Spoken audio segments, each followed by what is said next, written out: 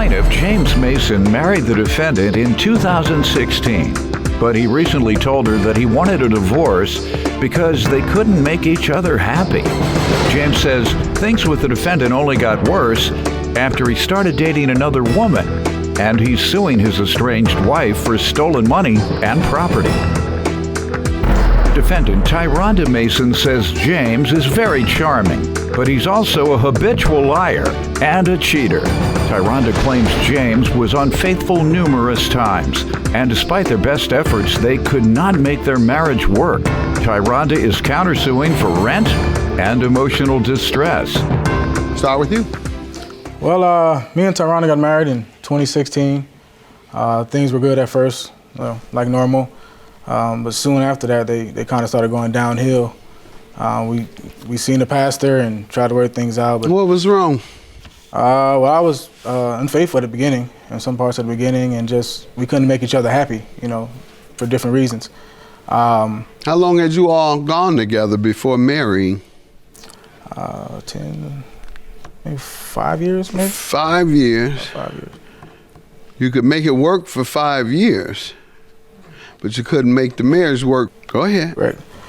So fast forward to the beginning of this year, and I ended up sitting her down and saying, hey, I can't make you happy, obviously. You can't make me happy. We're fighting all the time, little stuff, back and forth. I'm not happy. I'm leaving. You should start dating other people. I'm going to start dating other people, and we should move on. It seemed like it was okay at first until I guess I actually started dating someone. And then that's when things just went haywire. You all have children together? No. Okay. Let me hear from you. Give me some background, then we'll get to the details of your lawsuit. Some of what he said is true. James is very charming. However, he's a habitual liar and cheater. And so we did date for about 5-6 years before we got married. We did break up in some of that. And we talked about it. He was confronted. He said that we did break up. In that 5 years, we broke up for maybe like 6-7 months because he was working out of state. And when Why did that cause a breakup? Because the breakup was because he was cheating, and because he was cheating, and because I lied to him. That's the truth. In that 5 years, we broke up for maybe like 6-7 months because he was working out of state. And when Why did that cause a breakup? The breakup was because he was cheating, and because I lied to him. That's the truth. Defendant Tyronda Mason is married to the plaintiff, but she claims he asked for a divorce because he wasn't happy with their sex life. What do you find problematic about him working out of state? Because he had multiple women he was cheating with out of state. That's what you suspected. He was cheating all 6 of those months. Yes. Okay. We got engaged the beginning of 2015, January 4th, 2015, we got engaged. We went to premarital counseling. I went to personal counseling because he said that I wouldn't let the past go. I wouldn't let the past cheating go. So I went to personal. No matter what happened, you never did. I went to personal counseling to make sure that I could forgive him and we get married and keep our family together. So we got engaged. I found out, and he was still working in Alaska at that time. When I got engaged, So you think he had a lot of girlfriends in Alaska? Oh, he did. Yes, sir. I have proof and messages. I guess we were together the whole time in Alaska. How am I cheating on you if we're not together? How you know they weren't just there to warm him up?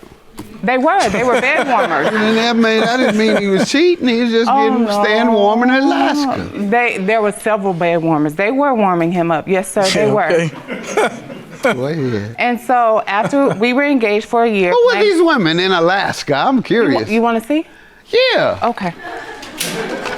There's pictures. You say he can find women anywhere. North Pole. Right. At the equator. Right. He's attractive. He's very charming. He can pull women. They got to be around. He can pull women. Also a member of... Okay, there's live pictures of her. I'm trying to see who these people are.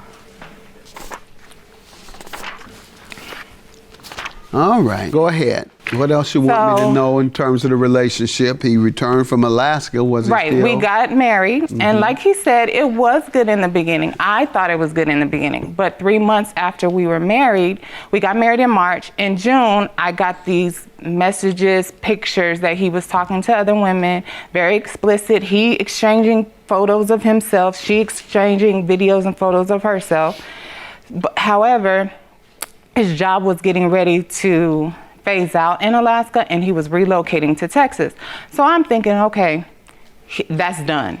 You know, he's moving to Texas. Whatever was in Alaska is in Alaska. And so that was in June. In October, I found out one of our mutual friends, he was sleeping with her cousin. And we went through the pastor, our church pastor. He said he wouldn't do it again. The pastor gave him tools to help him be faithful, which was close Gave him tools? like to help him keep his focus on his marriage and family. All right. So he told him to change his number, to change his social media account to a mutual account with both of us and not just himself, and to start, you know, be more spiritual or whatever. However, when I found out that James wasn't going to do any of those things, I told James that if he was cheating again, I'm out. And so that was in October, November 2016. And then I found out that he had hid a gift that this young lady had given him in our garage. Okay. I confronted him. He turned it on me, said I wouldn't let the past go. He's not going to be sorry forever. And so he did come and talk to me, and he says that he wasn't happy, that I wasn't a good wife to him, and that he was tired of being upset. What did he say you were doing wrong? That I wasn't initiating sex with him. Not that I didn't give it to him because he got it. I never told him no. It's just that I wasn't all over him. Twice in 7 months? So. Okay. Oh my God. So.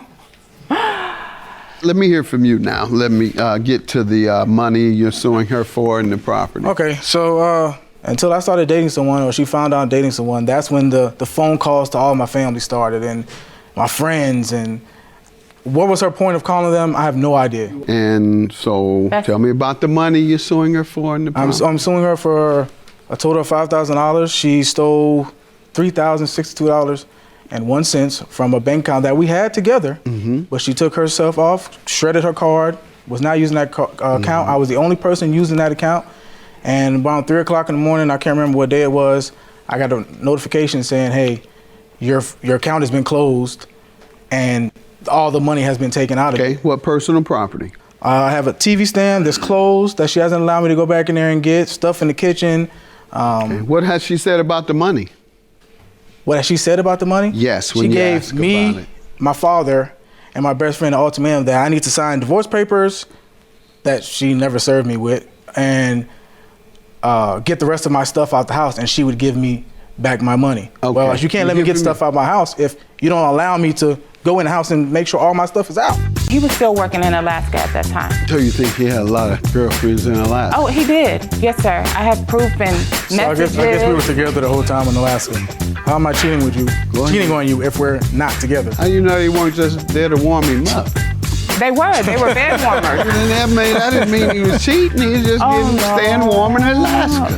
Defendant Tyronda Mason is married to the plaintiff, but she claims he asked for a divorce because he wasn't happy with their sex life. All right, let me hear from you. Okay, so the joint account, I applied for a new apartment, and they charged me an at-risk deposit.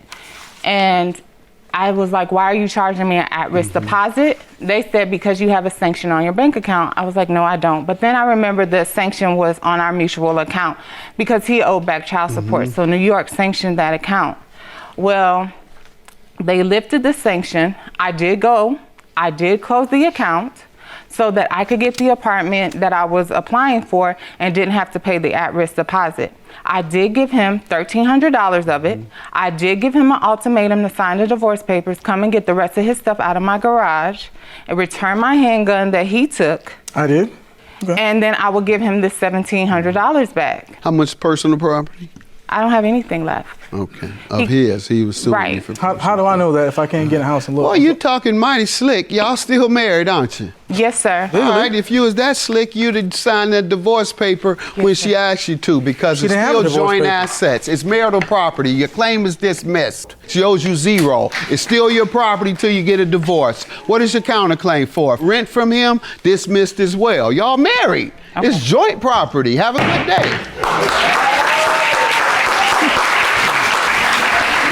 I wish him well. I pray him and his new young lady have a happy baby and relationship, and I hope he heals so he doesn't leave another baby without two-parent home. No, that's not my fault. I'm gonna say, she know what she did. She know what she told. She know what she stole. She know what she took. She know if it was hers or not. Plaintiff Christine Carrillo says she took several designer handbags to the defendant to sell at her consignment shop. However, Christine claims the defendant closed up shop without telling her and never sold the purses, so she's suing. Defendant Cynthia Kashner says she was forced to close her consignment shop after a woman held a box cutter to her throat and robbed her. Cynthia admits that she did not contact Christine once she shut her shop down, but insists she was suffering from PTSD. Start with you. Well, Your Honor, I've always loved fashion as a young girl, and I come from, my family are immigrants, so I come from a blue-collar family, so I couldn't afford any of that stuff. However, I always dreamed big, you know, like I would look at magazines, I would watch movies, and I wanted the finer things in life.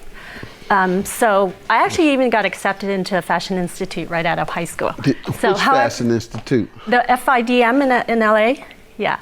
So, but I decided to take a safer route, and I got my accounting degree instead. Mm-hmm. So as my career took off, I would reward myself with all these designer bags. And now I have 2 college kids, and they're expensive. Mm-hmm. And I decided you don't tell me.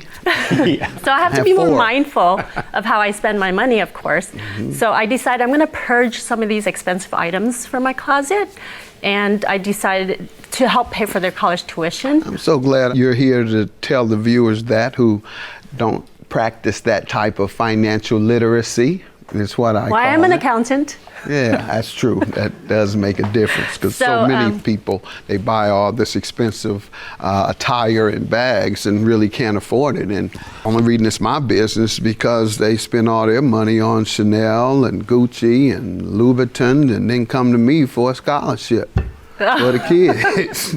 I say that scholarship is in your hand. And that's why I'm taking a moment to say that, because so many, they don't know or just don't practice it, and do know that there are some other ways that you should spend your money. There's a such thing called being bag rich. That's a woman who got a bunch of bags, like 200 grand worth of bags. Right. That's bag rich. Wow. So you weren't bag rich, were you? No, I could afford it. How much altogether did you spend on bags? Over 20? At least, no. Or like one bag would cost $5,000. Wow. I know. And so I had at least 20 bags. Oh, man. You bag rich, 100,000. Yes, well, I have to reward myself. Go ahead, ma'am. Thank you, though, for allowing us to give that type of education. Thank you. And what caused you, now that you have college bills, that's what caused you to do what? To want to consign some of my bags to make extra income to help pay for the college tuition. Okay, and she's a consignment operator? Plaintiff Christine Carrillo is suing because after she took several designer handbags to the defendant to sell at her consignment shop, she closed up shop without telling Christine. Let me hear from you, ma'am. Hi. Tell me about your business and how you see all these ghetto fabulous folks come in there, can't afford these bags, so now they got to turn them into you, and you get them at rock bottom prices. They couldn't afford it in the first place. They should have just got a copy, like a lot of other people that make good copies now. I had a buddy of mine call me. He said, "Man, do you know such and such?" One of the housewives. I said, "Yes, man, she just left here buying a copy." I said, "A copy of which bag?" One of the most expensive. Birkin. It's hard to get them. Yeah. I said, I heard those cost like 40,000 or something. 20? How much? A crocodile one does. 40. Depends. Yeah, Depends. $20,000, $40,000 bag. So they need to do like the housewife woman. You sell copies? No, sir. How do you avoid people selling you copies? Well, I've owned and operated my own designer consignment boutique for 25 years. It's a family-owned business, and my mom owned it for 18 years before me. So I'm very well versed in educating people on what is counterfeit and what is not. Okay. Lucky for I heard me. there's some out there that have a serial number that's do. supposed to be on there. And They do. That's very how important. do you tell?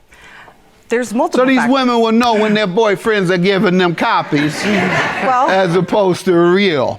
you know, quality, condition, how it's made. Okay. You don't see the kind of craftsmanship in a counterfeit bag that you would see in an authentic designer bag. All right, go ahead. I am happy to say I loved doing what I did. I've been in the business a long time. Fashion is clearly one of my passions, and I was successful at it. Unfortunately, two really awful things happened to me, and it changed the direction of my business in a horrible way. In 2015, I was attacked by a crazy drug woman out in front of my boutique who pulled a box cutter out on me and threatened to slice my face in half and proceeded to steal items. She was apprehended and did serve 3 years in prison for that crime. Wow. And it was highly traumatic. I experienced post-traumatic stress due to that, and it was difficult to get on with business, but I love what I do.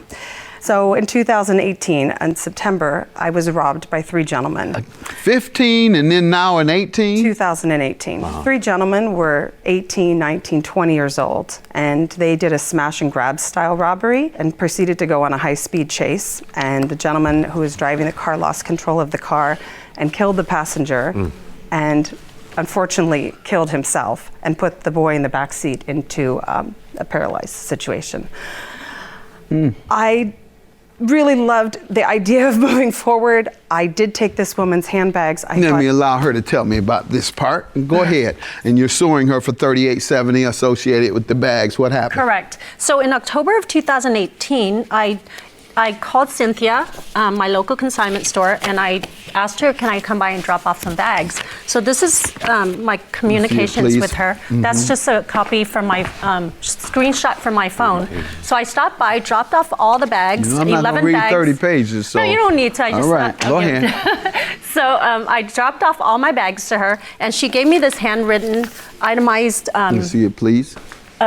itemized receipt of what she thought they were worth at the time. Typed. So she said she was going to contact me in a month to give me an update, and she never did. So I texted her, I emailed her, I got no response. So I went down to her consignment store, Your Honor. It was closed, shut down, empty, closed. When was that? That was December of 2018. So then, of course, I tried contacting her again, Facebooked her, messaged her, texted her. You have any of that evidence? Is that I what do. this is? Or I do. I need more specific, trying to get to the dates and how many times you did that, if you have Your Honor, evidence of it. I actually sent her a demand letter in January. You see it, please? That my legal advisor Any response? drew up. Any response? No, sir. Okay, No. any response to the No. communications that you reached Never. out to her? Never. You have those I have these inquiries. communications that she never responded to. So a few emails, 2 Facebook messages, because she has 2 Facebook accounts. Okay. I got no Still- response. okay. Nothing.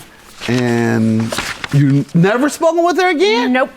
As we speak. No. This is the first time I've seen her since October. Took all your bags, 2018. never gave you any money, and Yes, never sir. spoke again? Yes, Your Honor. Plaintiff Christine Carrillo is suing because after she took several designer handbags to the defendant to sell at her consignment shop, she closed up shop without telling Christine. Ma'am? I cannot tell you what it's like to Yes, go you can. through, what the trauma it is of having your business robbed. I could not conduct a business after this last incident, and Okay, it that's became your very defense? All right, clear- judgment for the plaintiff. She couldn't conduct business, but she still owes you. Have a good day.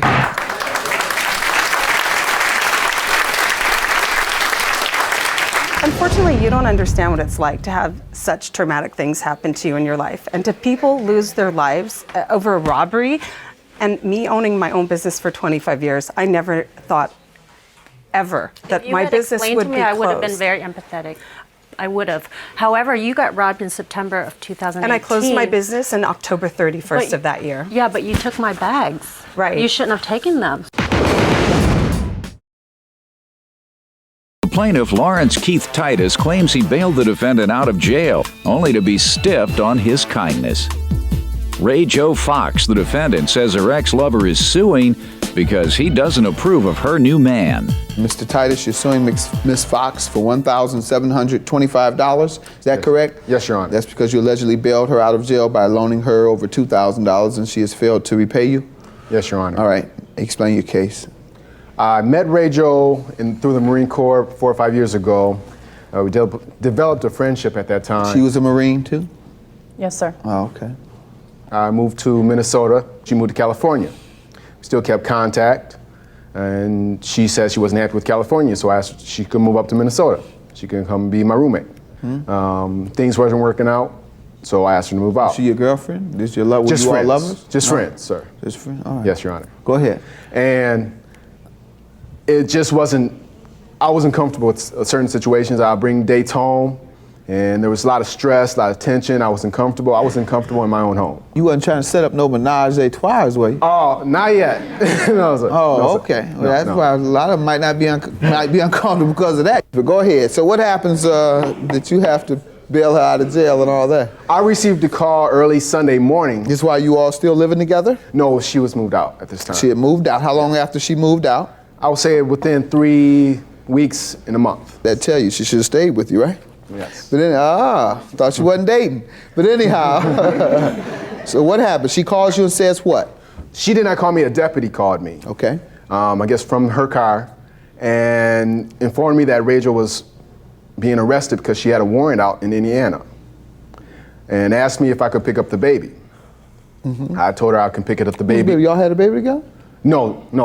It was from someone else. Oh, okay. Go ahead. She was pregnant when she came up from California. Okay. I told the deputy I can pick the baby up within 1 hour, and the deputy told me that was not good enough. So Really? Yes. Go ahead. So I find out that the baby went to foster care and Rachel was in jail. During that week, I received calls from Rachel. You know, she was not feeling good about her newborn baby being in foster care. What was the money spent on, and how much did you spend? Was it on her bail or on the lawyer? She had a fine in Indiana, and the fine had to be paid. That's what you before. paid your money Yes, for? Yes. Okay, and what was the agreement for repayment? Did she say, I'm going to pay you back? Yes, she did. Has she paid you back any money? She paid me some money back. How much? I say around $500. Okay. It's not good enough around, but we'll see what she says. Ma'am, give your version of how things went and what happened here. Well, Keith is right, or Lawrence is right, that we did meet in the Marine Corps and that we were friends. However, he's neglected to mention that we were intimate. I know, he don't have to tell me. He's not fooling me. He might be fooling her. This your new girlfriend? Oh, no. Oh, who you trying to fool? I'm not trying to fool anyone, sir. Coming here talking about you wasn't dating a woman. She living with you all these months. She was not y'all. my girlfriend. You move her from California to Minnesota and you claiming you all not dating or you all aren't intimate. First thing out her mouth is, yes, we were intimate. You wasn't fooling me. So go ahead. You all were lovers and you were living there with him. And what happened, ma'am? Pretty much, it was probably 3 to 4 months after I'd been there. I was fat and pregnant and unhappy. And there were some initiated tries of sex, and I was not happy with that. I didn't want to do that. You didn't want to have sex with him. This is No, while you were didn't pregnant? want to have sex at all. While you were pregnant? Correct. But he wanted to. So there was a little But bit he of wanted to. Correct. I got to go back to him because he just can't come in here fronting in here and trying to make a fool out of me. Sir. So far, I got 3 ways that you lied about that one, about dating this woman. Go ahead, though. I'm going to rub it in your face every time she mentions it. Tell me something else about it. Lawrence Keith Titus claims the defendant skipped on a loan for a bail bond. Did he bail you out? He did bail me out. He did get me a lawyer. Did you agree to repay him? I did agree to repay him. Have you repaid him? I repaid him $675. Okay. Did you let him know you intended to repay him the remaining balance? Yes, I have always intended to repay the balance. All right, so have you informed him that you were going to Yes. repay him, and you have repaid him something? Correct. Why do you think he became impatient? I believe he became impatient because in July I assumed the responsibility of someone else's son and is the son of someone that he doesn't approve of. You got a new man he doesn't like. Is that what you're telling me?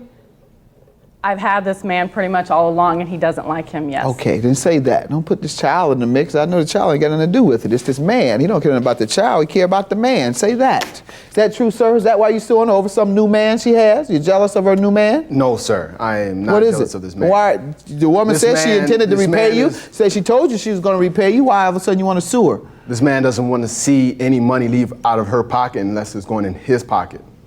So, okay, so you think her new man is taking her money? I know. Which should be going to your repayment? Yes. You know he's taking her money. He's not. She is giving it to him. Same thing. I mean, Yes. he's pimping her for her money. Yes. And so that's what they call it. Is that true, ma'am? The issue is that Keith can't control me. And as long as this person is in my life, Keith knows that I won't be with him intimately. So you're not giving the man money? I take care of his son. I don't give the man money, no. I did loan him one time $500 and he did not repay it. When did you loan the man your new man $500? In September. And that was while you were owing him? Correct. Okay. Yeah, I'd sue you too. But the point is, you have to prove that she breached a contract with you. Was there an agreement on how and when she would repay you? And has she breached that? Yes, she has. Okay, how can you prove that to me? Tell me, how? I cannot prove it. Okay, do you all have a written agreement of any type? I have a written agreement that she signed a contract that she will pay me back. She says the reason you're mad with the man is because he stands in the way of you getting back with her. No, sir. Okay, you don't have nothing to do with that. You don't want to get back with her. I don't want to get back with her. So if I was able to work something out between the two of you all today to get together, you wouldn't take that invitation? I would take the friendship. See that? I'll be back. That's the same friendship you claim y'all had in the beginning, right? Once again, sir, you're suing Miss Fox. And the testimony was you got a call that she was arrested and you bailed her out and she promised to repay you. And you allege she paid around $500. You weren't sure of this $2,000 loan. She alleges she paid $675. So I'm going to go with that. After looking at the agreement that you referred to, final payment was to have been made by March 3rd. And that has passed. So I'm going to give you credit for the $675 in order you to pay the $1,475 immediately. That's my judgment. Have a good day. You think he wants you back? He just wants to stop in when he wants. Do you want her back? No, I do not. You want to be friends then? I want to be friends. We recently spoke with both plaintiff Lawrence Keith Titus and defendant Ray Joe Fox. Lawrence told us everything was good with him, while Ray Joe went into quite a bit more detail. Ray Joe said she and Lawrence reconciled a couple of times after their case was heard, and they even moved in together. However, Ray Joe claims they broke up after Lawrence moved to Las Vegas, and Ray Joe refused to move with him.